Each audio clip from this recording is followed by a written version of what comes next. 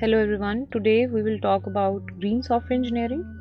So software powers almost everything today. The mobile apps, websites, cloud services and artificial intelligence, but most people do not realize that running software also consumes a lot of electricity and computing resources. So green software engineering focuses on building softwares that not only works well but also uses less energy and reduces the environment impact. So in this video we will learn what green software engineering is, why it is important, what its future looks like, and how a course on green software engineering would differ from the traditional software engineering course.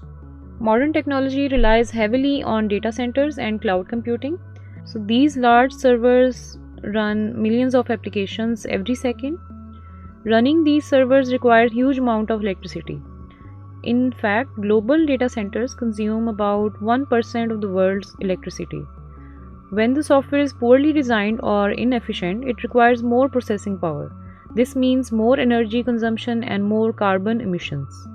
This is why companies and researchers are now focusing on sustainable and energy efficient software development. Green software engineering means developing software that uses computing resources efficiently and reduces the environmental impacts. Instead of focusing only on features and performance, developers also consider energy efficiency. This includes writing efficient code, choosing optimized algorithms, reducing unnecessary computing tasks, and designing the systems that consume less power. So green softwares are considered the entire life cycle of the software, from the design and development to deployment and maintenance. Green software engineering is important for several key reasons. So first, there is the environmental impact. Modern digital infrastructure consumes a massive amount of electricity. Data centers, the cloud services, the large computing systems require continuous power to operate. When the software is inefficient, it forces servers and processors to work hard, which increases the electricity consumption. So this leads to high carbon dioxide emissions, especially when the electricity is generated from fossil fuels. So by designing energy efficient software, developers can reduce this environmental footprint. Second reason is economic incentives. Efficient software doesn't just save energy, it also reduces operational costs. Cloud providers charge organizations based on the amount of computing resources they used, such as the processing time, the storage, the network bandwidth. If software is optimized and it uses few resources, the companies can significantly lower their infrastructure and computing expenses. So in many cases, energy efficient softwares also perform faster and more reliable. Another important factor is regulatory and corporate compliance. Many government and international organizations are introducing policies related to sustainable and environmental responsibility. Companies are increasingly required to report their environmental impact through frameworks such as environmental, social, and governance (ESG) reporting. So software systems are part of that digital footprint. Organizations therefore need developers who understand how to design systems that meet sustainability standards and regulatory requirements. Finally, green software engineering represents an important future-ready skill for developers. As the technology industry moves towards sustainability, engineers who understand energy efficient computing and sustainable architecture and carbon aware systems will be in high demand. So learning these concepts today prepares the developers to contribute to the next generation of responsible and environmentally conscious technology. Green software engineering is based on several important principles. The first one is energy efficiency, meaning the software should perform the task while using minimal power. Second is resource optimization, where memory, storage, and your processing power are used wisely. Third is the sustainable architecture, that is designing the systems that reduce server usage and network load. Fourth is life cycle thinking, which means considering environmental impact through the software's life. Finally, responsible computing encourages the developers to build the software that supports the global sustainability goals. The future of green software engineering is evolving quickly as new technologies and research continue to emerge. One important trend is AI optimizing code automatically. So, artificial intelligence tools are increasingly being used to analyze the software and suggest improvements. In the future, AI systems may automatically detect inefficient parts of the code or a program and rewrite them in a more energy efficient way. This means developers will be able to reduce power consumption without manually optimizing every piece of code. Another important development is carbon aware computing. Carbon aware systems are designed to run computing tasks when cleaner energy sources are available. For example, if renewable energy like solar or maybe wind power is currently available in the region, a system might schedule energy intensive computing tasks during that time. So this reduces the overall carbon footprint of a software system. Third trend is green cloud computing. Cloud providers are increasingly investing in energy efficient data centers, renewable energy sources, and improved cooling technologies. So, green software engineering will work closely with these cloud infrastructures by designing applications that use cloud sources efficiently, that scale intelligently, and minimize the unnecessary computation. Another emerging trend is the development of energy-aware programming languages and development tools. Future programming environments may include built-in features.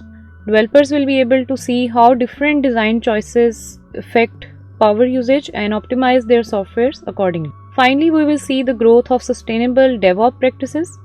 So, DevOps pipeline manages how the software is built, tested, and deployed.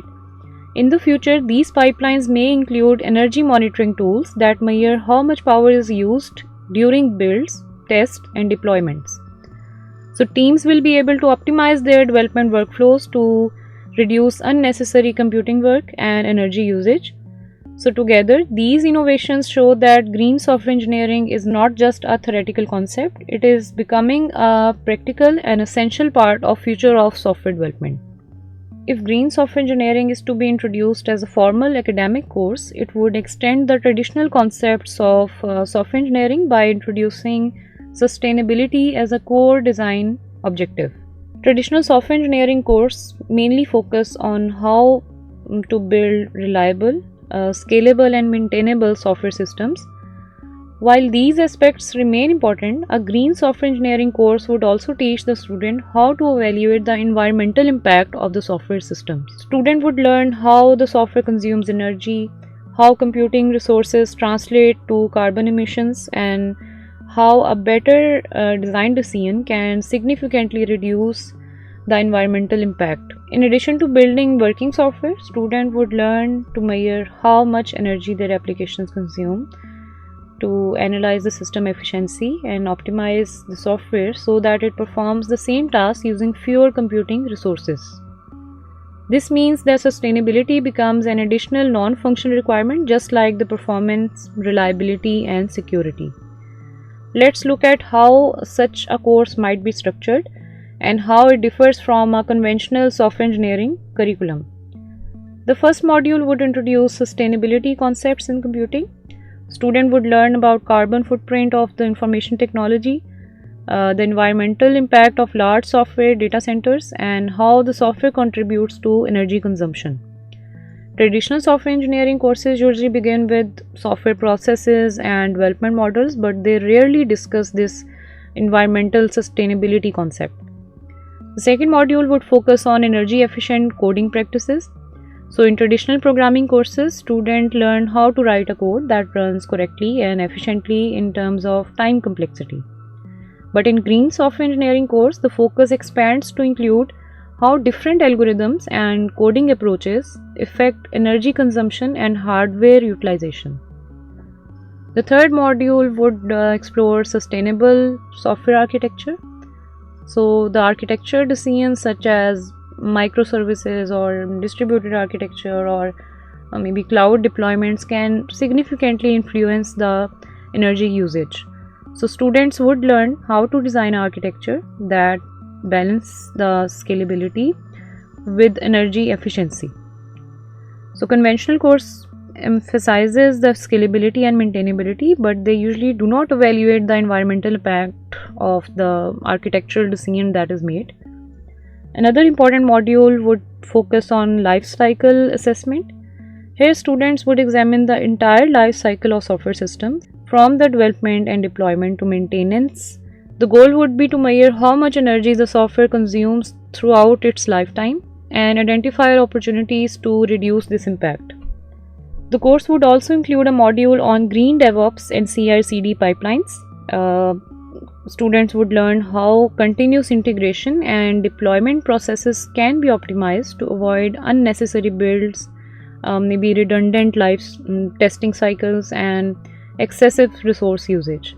So in traditional DevOps education, the focus is mainly on automation and speed rather than this energy efficiency aspect. Another key component would be regulatory and sustainability frameworks. As the government and organizations introduce different environmental policies and reporting requirements, the developers need to understand how digital systems contribute to environmental impact and how software projects can align with sustainability goals. Finally, the course would include practical projects and case studies. The student might develop applications that measure their own energy consumption and optimize the cloud workload to reduce power usage or analyze the carbon footprint of existing software systems.